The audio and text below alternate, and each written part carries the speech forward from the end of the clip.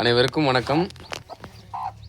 என்னுடைய பண்ணை வந்து ஒரு ஒருங்கிணைந்த பண்ணை. அது மட்டும் இல்லாம, நான் வந்து ஒரு மரச்செக்கு, ரைஸ் மில்லு இந்த மாரி ஃப்ளோர் மில்லு எல்லாம் மில்லும் வேற கூடவே வச்சிருக்கிறேன். நம்ம ஆரம்ப காலகட்டத்தில மாட்டு பண்ணை, கோழி பண்ணை, ஆட்டு பண்ணை, பண்ணை சார்ந்த தொழில் தான் நெறையா வச்சிருந்தேன். இருந்தாலும் இப்பவும் வச்சிருக்கேன். குறைந்த அளவுல வச்சிருக்கேன். கொஞ்சம் பிரச்சனையாச்சு. இடையில இந்த ஆட்டு பண்ணை ஆகட்டும், கோழி பண்ணை பிரச்சனையாச்சு. இப்ப ஆரம்பத்தில பார்த்தா, தாய் கோழி கிட்ட ஒரு 400 டூ 500 கோழி வரைக்கும் இருந்துச்சு. அதில வந்து நான் பெருசா வந்து அது எந்த பார்த்தோன்னா, உதாரணம் சொல்லப்போனா, அது மெடிசின் இயற்கை மருத்துவமும், செயற்கை மருத்துவம் இந்த மருத்துவமும் மருத்துவ செலவு கிடையாது. தீவன செலவு எந்த செலவுமே பண்ணாம கோழிய வளர்த்துக்கிட்டு இருந்தோம். இப்போ வந்து தாய் கோழி நம்ம கிட்ட மிஞ்சி போனா 60 டூ 50 டூ 60 கோழி தான் தாய் கோழி இருக்கு. விரல் விட்டு எண்ணி விடும் அளவில் தான் நம்மட்ட தாய் கோழி இருக்கு. அதெல்லாம் நம்ம பார்த்தோன்னா என்ன பண்ணுறோம்னு பார்த்தீங்கன்னா, இந்த கோழிலாம் வந்து பார்த்தோன்னா, அத வந்து முறையா மு முன் முட்டையிட்ட முட்டையெல்லாம் எடுத்து முறையா அடைபிடித்து, முறையா அத எடுத்து ப்ரூடிங் செட்டப் பண்ணி, அதுலேருந்து கோழி எடுக்கலாம்னு சொல்லி 3 பேட்சா முயற்சி பண்றேன். மொத டைம் எடுத்தேன்னா, இப்போ ஒரு 4, 5 மாசம் முன்னாடி பார்த்தோன்னா, 25 விட்டேன். பூராமே காலி. இப்போ ஒரு 1 மாசம் முன்னாடி பார்த்தோன்னா, ஒரு 18 குஞ்சு விட்டேன். பூராமே காலி. இந்த டைமா முறையா எடுக்கலாம்னு சொல்லி தான் இந்த முயற்சி எடுத்திருக்கேன். கிட்டத்தட்ட கோழி எல்லாம் அடை வச்சு கிட்ட 19 நாள் ஆச்சுன்னே விட. ஆனா, அடை வச்ச கோழிலாம் ஒண்ணொண்ணா முட்டையெல்லாம் பொரிக்க ஆரம்பிச்சுச்சு. பொரிச்ச குஞ்செல்லாம் இந்த ப்ரூடிங் செட்டப்ல விட்டுருக்கேன். கிட்டத்தட்ட ஒரு 10 குஞ்சு தான் விட்டுருக்கிறேன். அது என்னன்னு தெரியல, ரெஸ்ட் எடுக்க மாட்டேங்குது 2 நாளைக்கு. நம்ம பார்த்தோன்னா, அது உள்ளுக்குள்ள வந்து பார்த்தோன்னா, இடம் பத்தாம இறக்க ஆரம்பிச்சுச்சு. அதனால நம்ம வந்து உள்ளுக்குள்ள விட ஆரம்பிச்சோம். இந்த கூண்டுக்குள்ளே விட ஆரம்பிச்சுட்டோம். உதாரணம் சொல்லப் போனா, பாரு இந்த இந்த இதில இப்படி படுத்துருங்களா, அங்க பாருங்க ஒரு குஞ்சு இறந்துருச்சு பாருங்க. இது ஒரு குஞ்சு மட்டும் இறக்கல.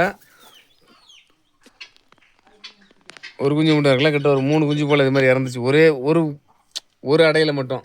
அதனால நம்ம வந்து கோழிய வந்து பிரிச்சு எடுத்துடலாம்னு சொல்லி பிரிச்சு எடுத்துட்டோம். மத்த கோழிலாம் அடையில தான் கிடக்குது. அதாவது இப்போ பொரிக்கக்கூடிய குஞ்சுகள் எல்லாத்தையும் ஒண்ணு ஒண்ணா எடுத்து அந்த கூண்டுல விட்டுறலாம் அப்படிங்கிறதுனால நம்ம அந்த செட்டப் ரெடி பண்ணிட்டோம் இப்பவே. இங்க பாருங்க, இதில கூட ஒரு குஞ்சு பொரிச்சிருக்கு. இதில குஞ்சு பொரிச்சுதான்னு பார்க்கலாம். இதில இன்னும் குஞ்சு பொரிக்க ஆரம்பிக்கல. ஆனா பார்த்தோன்னா, இதில என்னன்னா 18லேருந்து 19 நாள்லயே பொரிக்க ஆரம்பிச்சுச்சு எல்லாம். பொரிச்ச குஞ்சு எல்லாத்தையும் ஒண்ணு ஒண்ணா எடுத்து நம்ம இந்த கூண்டு செட்டப்ல நம்ம விட்டு இதுலேருந்து இந்த டைம் முறையா வேக்சினேஷன் பண்ணி, முறையா கோழிய வளர்க்கலாம்னு சொல்லி முடிவு பண்ணி வளர்த்துக்கிட்டு இருக்கிறேன். பார்க்கலாம் இது எந்த அளவுக்கு கை கொடுக்குன்னு பார்க்கலாம். இந்தா.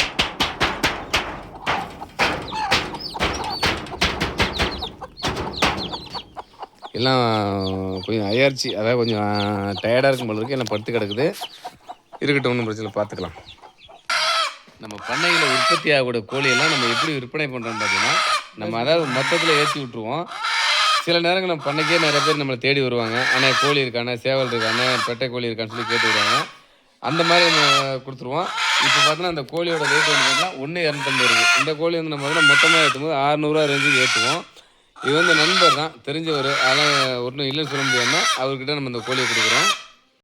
இவர் வந்து பக்கத்தூர் தான். நெருங்கிய நண்பருங்கிறதுனால நம்ம இந்த கோழிய குடுக்குறோம். இல்லாட்டா மேக்ஸிமம் பார்த்தோன்னா, லோக்கல்ல கோழி சேல்ஸ்ல, ஏன்னா நம்ம மொத்த சேல்ஸுக்கு நம்மளால கோழி குடுக்க. ஆனா என்ன ஊர்ல இருந்து நண்பா வரீங்க? கீழேசன்லேருந்தா? என்ன விஷயத்துக்கு வாங்கிட்டு போறீங்க? சும்மா மோட்டர் இருக்கிறதுக்காக. மோட்ரு செட் பண்ண போறீங்களா? மோட்ரு செட் பண்ணி வாங்கிட்டு போறாங்க.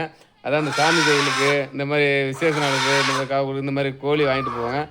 அந்த மாதிரி தேவைக்கா நம்ம தவிர்க்க முடியாத கோழி கொடுக்க வேண்டியிருக்கு. பெட்டை கோழிலாம் பார்த்தோன்னா, அந்த மாரியாயி சாமி கும்பிடுவாங்க, அதுக்கு வாங்கிட்டு போவாங்க பெட்டை கோழி. இந்த மாதிரி தேவைகள் மட்டும்தான் கொடுப்போம். மேக்ஸிமம் மற்ற எந்த காரணத்துக்கும் நம்ம பண்ணையிலேருந்து கோழி கொடுக்கறதில்ல.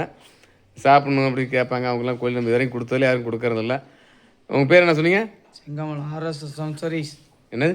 ஆர்எஸ்எஸ் சவுண்ட் சர்வீஸ் கீழேசனை. ஆர்எஸ்எஸ் சவுண்ட் சர்வீஸ் கீழேசனை. பேர்? செங்கமலம். செங்கமலம். நண்பர் ஒருத்தர் வாங்கிட்டு போகிறாரு. நம்ம கோழி இப்படி தான் நம்ம சேல்ஸ் பண்ணிக்கிட்டு இருக்கோம். கோழியாக இருக்கட்டும், முட்டையாக இருக்கட்டும், இப்படி தான் சேல்ஸ் பண்ணிக்கிட்டு இருக்கோம். முட்டையை எப்படியா கொடுத்தா நான் எப்படி கொடுன்னு சொல்லி அதையும் கண்டிப்பாக வீடியோ பதிவு பண்ணுறேன். தொடர்ந்து நம்மளோட இணைந்திருங்கள். இது போன்ற தகவல்களுக்கு நம்ம பண்ணையில் எப்போல்லாம் அப்டேட் இருக்குது அதெல்லாம் தொடர்ந்து நம்ம வருங்கள் பதிவிடுங்க. நன்றி, வணக்கம். நன்றிண்ணா. நன்றிங்க. நன்றி.